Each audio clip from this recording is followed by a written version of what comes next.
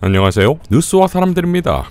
감사원이 작년 7월부터 천연희 국민권익위원장에게 감사를 벌인 결과 만장일치로 천연희 위원장의 결격 사유가 인정되지 않는 것으로 파악됐다는 보도가 나왔지요.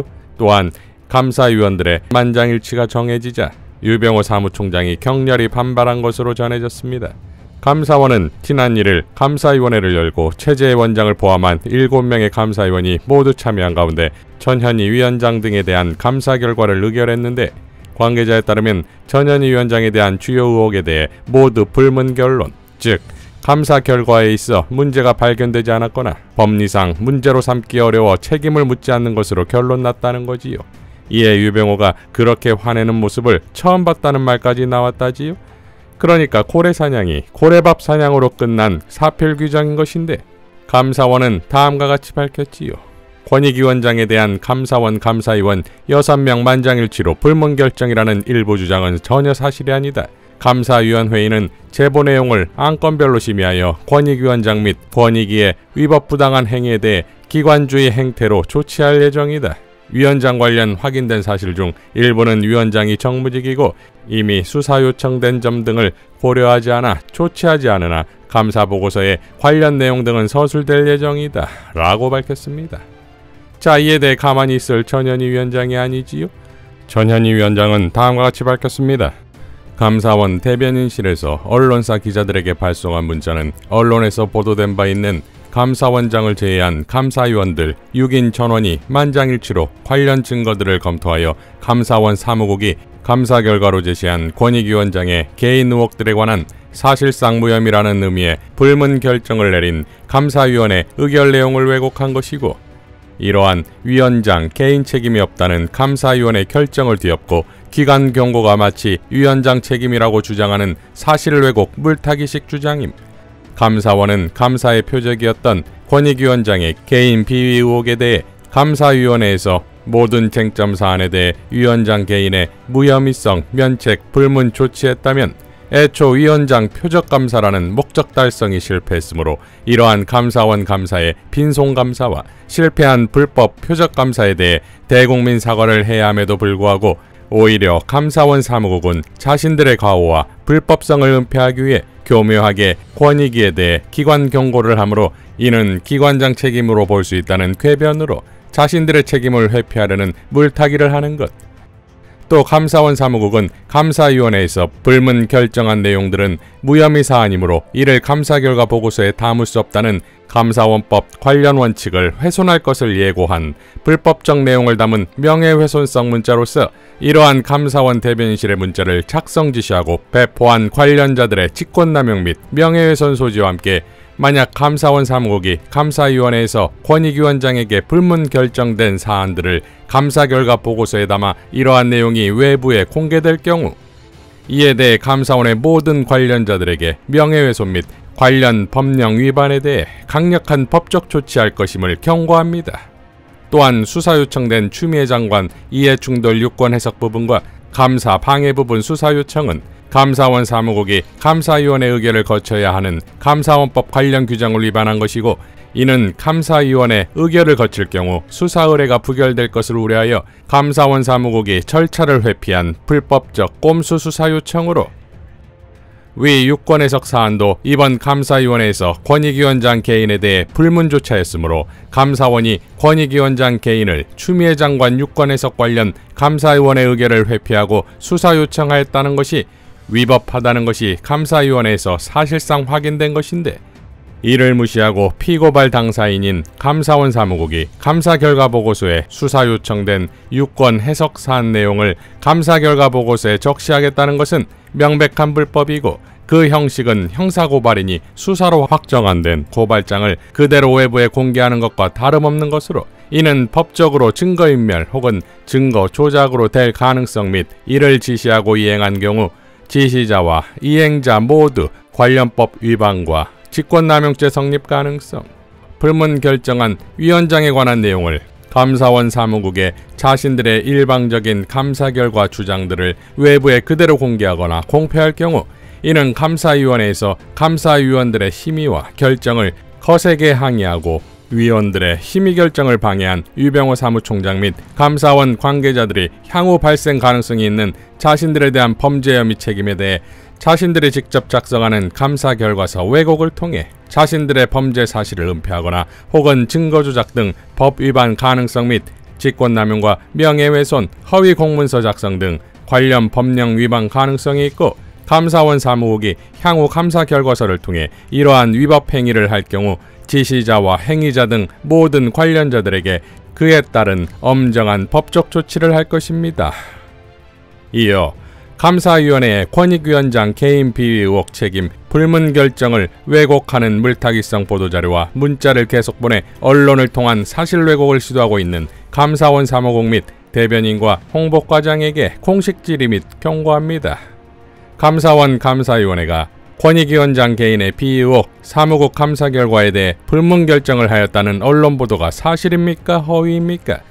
만약 권익위원장 책임이 인정되었다면 유병호 사무총장은 왜 감사위원회 심의 결과에 대해 격렬하게 항의하고 소동을 부린 것입니까?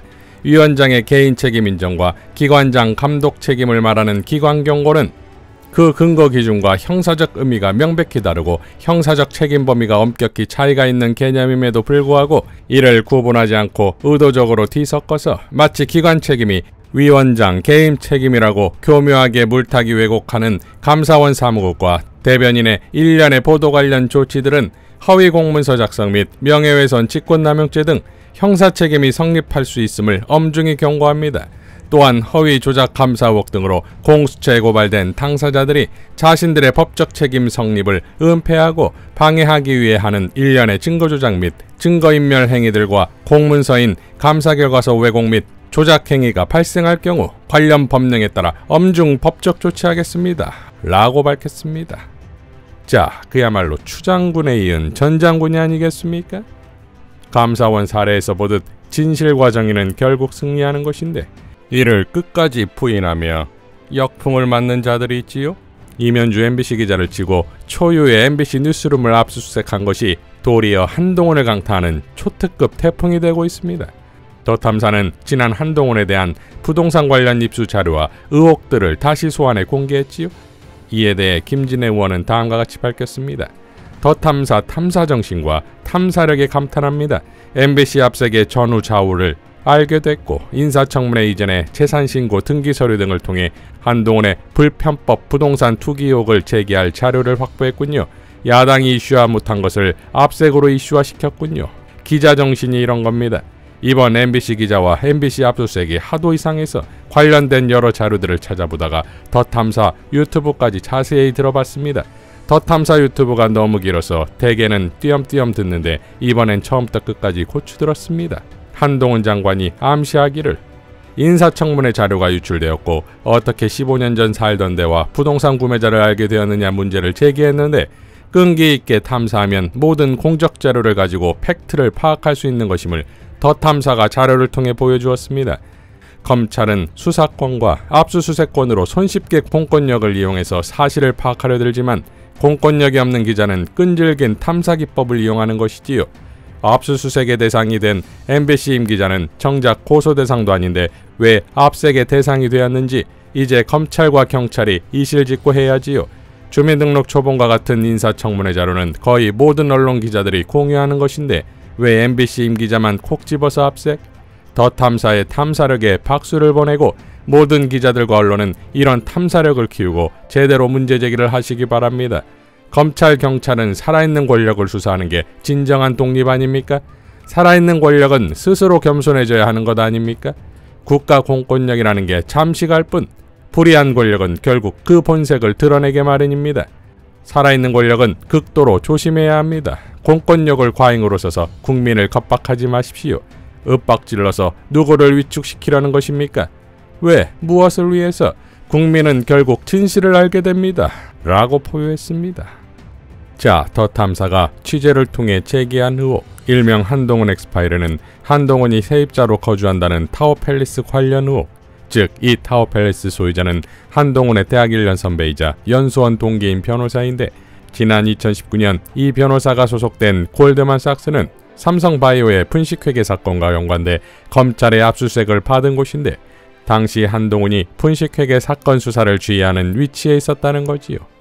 또한 그동안 일시적으로 1가구 2주택자가 되는 경우가 자주 있었는데 그때마다 양도세를 물지 않았다는 것과 이 과정에서 위장 전입이 있었다는 의혹, 2007년 4월 뉴질랜드 백모 목사가 등장하는 서울 삼성동 산부아파트 매각과 관련된 의혹 등이 있습니다. 자, 이에 대해 허재영 기자는 MBC는 한동훈을 제대로 취재해서 반격하자 한동훈이 유출됐다고 난리치는 그 개인정보가 알고 보니 본인 위장 전입과 양도세 탈루 의혹을 입증할 수 있는 전입 관련 자료들이었다 라고의 뜻. MBC 기자의 자택을 압수수색하고 MBC 뉴스룸을 압수수색하는 초유의 사태에서 MBC 기자들이 이런 의혹들을 가만히 놔두겠습니까? 초특급 역풍이 몰려오고 있다 이겁니다. 자, 지난 고발사주 사건 재판에서 이를 최초 폭로했던 당시 미래통합당 선거대책위원회 부위원장이었던 조성은 공익제보자는 당시 김웅에게서 윤석열, 김건희, 한동훈 등이 피해자로 최강욱이 피고발인으로 적시된 고발장을 받았지요. 그는 재판에서 다음과 같이 증언했습니다. 검사 4월 5일 김웅 의원이 최강욱 의원 고발장을 선거 전 미리 접수해야 당선돼도 유죄 판결이 나서 의원직을 상실시킬 수 있다고 말했습니까? 조성은 보낸다 이런 표현을 했던 것으로 기억합니다. 검사 무슨 의미인가요? 조성은 보낸다는 건 적절한 설명이 될지 모르겠지만 법고발 조치를 통해서 정치적 활동을 못하게 하는 취지 아니었나 추측합니다. 판사, 검사가 물어본 대로 말을 했는가요? 조성은 그 취지로 기억하고 제 기억에 최강욱 당시 후보에 대해서는 김웅이 몇 차례나 적대적인 표현한 걸로 기억합니다. 이에 대해 최강욱 의원은 다음과 같이 밝혔지요. 저토록 간절히 절 보내고 싶었던 자가 누구일까요? 하수인들의 노력에도 불구하고 3년이 넘도록 보내지 못해 얼마나 속상할까요? 결국 마지막에 지옥으로 보내질 자들은 아마도 제가 아닐 겁니다. 그 두목의 그 졸개들 해온 짓 하는 짓을 잘 기억해 두십시오 라고 일갈했습니다. 자, 그러니까 몇 개의 사안만 보더라도 경정권의 검사 독재 포갑의 시대가 슬슬 꺾이고 있는 것인데 걷잡을 수 없게 된 노동, 언론 탄압, 수습 불가한 경제 폭망, 민족의 자존심까지 팔아넘긴 후쿠시마 오염수 등 위헌의 경정권을 단죄해야 할 사안이 어디 한두 개겠습니까? 이제 경정권을 끌어내릴 이재명의 민주당과 민주시민의 출격입니다. 이상 뉴스와 사람들이었습니다. 시청해 주셔서 감사드립니다.